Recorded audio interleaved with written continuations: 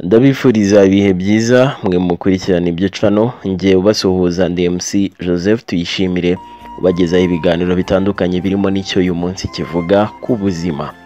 Ikiganiro cya none gikubiyemo urutonde rwa bimwe mu binyobwa umugore utwite atagomba gufata nganywe na bimwe mu bikorwa yakora bikamufasha we n'uwatwite.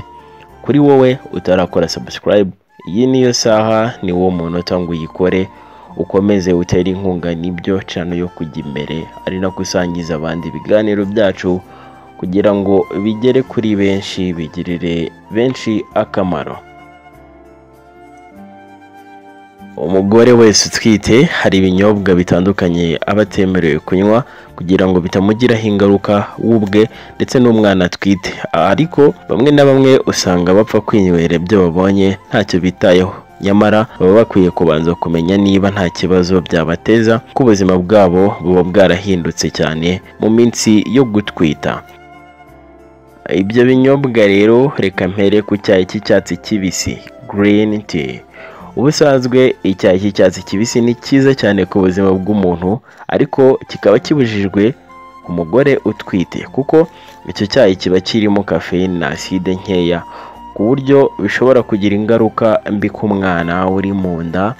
Ari nayo mpamvu kibujijwe ku mugore utwite kuba yakinywa, bikaba ari mu byamutera kuba atamererwa neza mu bijyanye n'imiruhukire ye mu nda. Ikindi kinyobwa ni ikinyobwa icyo ari cyo cyose gisindisha alcohol. Kunywa inzoga cyangwa se ibindi bisindisha byose ni bibi cyane ku mubyeyi utwite kuko bibangamira imikurire y'umwana ndetse bikagera no ku bwonko bwe bw'umwana, ku buryo ashobora kuzaba afite ubushobozi bukeya bwo gufata ibyo yigishwa mu ishuri, ibi bizwi nko kuba ari umuswa mu ishuri mu myigire ye, kuko ubwonko bwe buba bwarangiritse cyane akiri mu nda, cyangwa se akaba yazagira n'ikibazo cy'imivugire mu gihe yatangiye kuvuga. Ikindi kinyobwa akaba ari ikinyobwa icyo ari cyo cyose kivuye mu nganda. Nubwo ibinyobwa byo mu nganda bimara inyota ndetse biba binaryohereye cyane, ibi bituma abari n'abategarugori babikunda, ariko bigira ingaruka nyinshi ku buzima bw'umugore utwite kuko ibyinshi muri byo bigira caffeine. Ibyiza rero ni uko wanywa ibinyobwa by'umwimerere wikoreye cyangwa se wizeye ko byujuje ubuziranenge mu bijyanye no kuba ari ibiryohereye, ariko ukabinywa bitavuye mu nganda. Ikindi kinyobwa ni ikawa, coffee. Kunywa ikawa birabujijwe cyane, kabone n'ubwo waba wumva uyishaka, warayihebeye ubishaka ku rwego rwo hejuru rw'akahebwe, ukibwira ko kunywa gakeya ntacyo byagutwara, ariko ubusanzwe kirazira kikaziririzwa ko umugore utwite yanywa ikawa. Ikindi kinyobwa ni soda. Ushobora kuba wikanze kumva ko binatunguranye, ariko kunywa soda nabyo si byiza ku mugore utwite kuko bitera umwana ibibazo byinshi, kuko nacyo ni kimwe mu binyobwa byo mu nganda biba byifitemo caffeine. Ubwo rero kunywa soda nabyo ntabwo ari byiza, wareba ikindi kintu wabihindura ukajya unywa. Gusa ikinyobwa cyiza kibaho ku mugore utwite aho agomba kunywa kitagira ingaruka ku mwana ni amazi. Ibinyobwa byose byavuzwe haruguru n'abarondoreye birabujijwe rwose, kirazira kikazirizwa ko umugore utwite yabinywa kugira ngo arinde ubuzima bwe n'ubw'umwana atwite. Ikindi kandi inama ni uko igihe cyose umugore utwite agomba kunywa amazi, yaba afite inyota cyangwa ntayo afite, kuko amazi nicyo kinyobwa cyonyine gifasha umubyeyi utwite kugira ubuzima bwiza.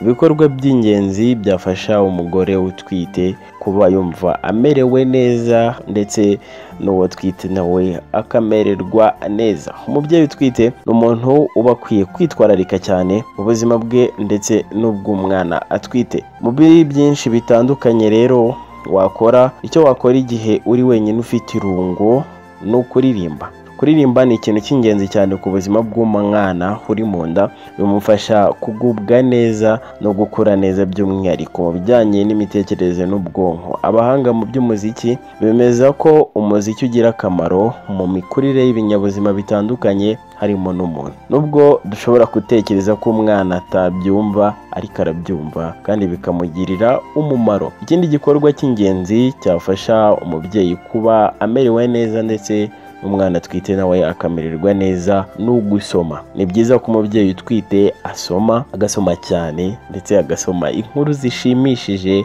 amateka meza ndetse n'ibikorwa byakozwe n'abantu b'indashyikirwa. Ibi byose bituma umwana akurana icyerekezo no gukunda ibyo wasomaga ndetse akanabigira muri we, kuko aba yarabitangiye kubyumva akiri mu nda y'umubyeyi umutwite.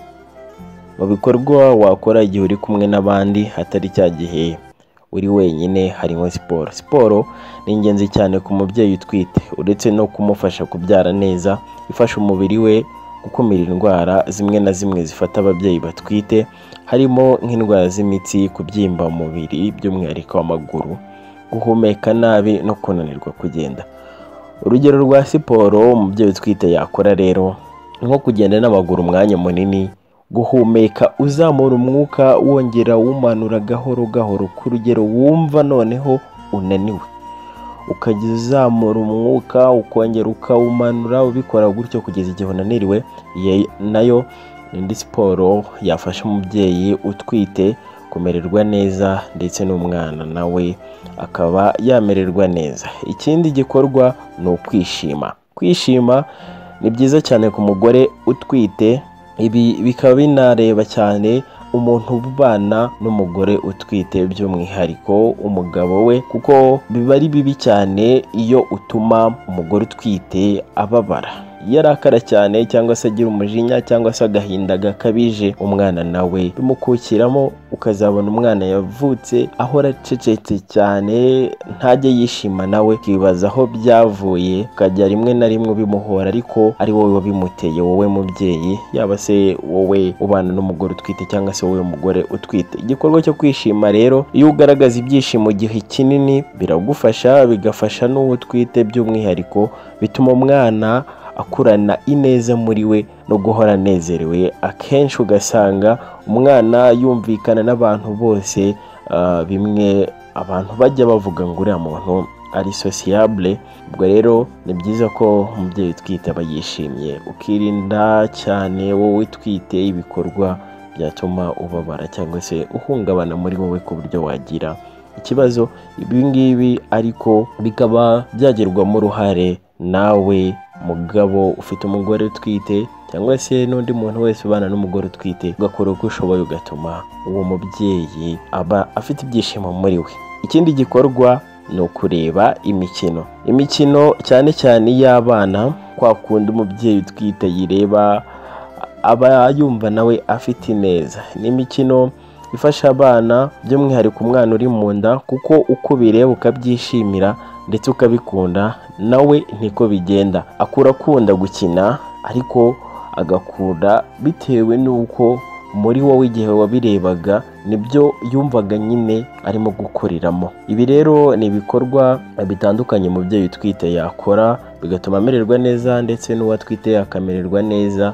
Twabonye yuko ibyo yakora ari wenyine, yasoma ibitabo bitandukanye cyangwa se akaririmba, ari kumwe n'abandi yakora siporo cyangwa se akareba imikino itandukanye, akaba yanakwishima areba ibikorwa bimushimisha cyangwa se yumva inkuru zimushimishije. Ibintu byose byatuma yishima. Ndetse twanarebeye hamwe ibinyobwa umugore utwite atagomba kunywa, harimo ibyo mu nganda, harimo soda, harimo ibisindisha, icyayi cy'icyatsi kibisi green tea ndetse n'ikawa. Ibi byose mu kubitegura nifashishije umuganga Natural Health Center. Hakaba hari ibikorwa ndetse n'ibinyobwa bitandukanye byagira ingaruka ku mugore utwite, yaba inziza ndetse n'imbi. ndabashimiye ko mukomeza kudukurikira. Cyari ikiganiro kijyanye n'ubuzima. Mugire amahoro y'Imana. Nsoje mbifuriza kujya imbere mu byo murimo byose. Nshimira mwese mwamaze gukora subscribe, mbasaba kandi gusangiza abandi ari nako bakora subscribe nabo. Iyi ni Nibyo YouTube channel. Gedemusi Joseph Tuyishimire ni akagaruka mu biganiro bitaha. Mugire amahoro n'ubuzima buzima.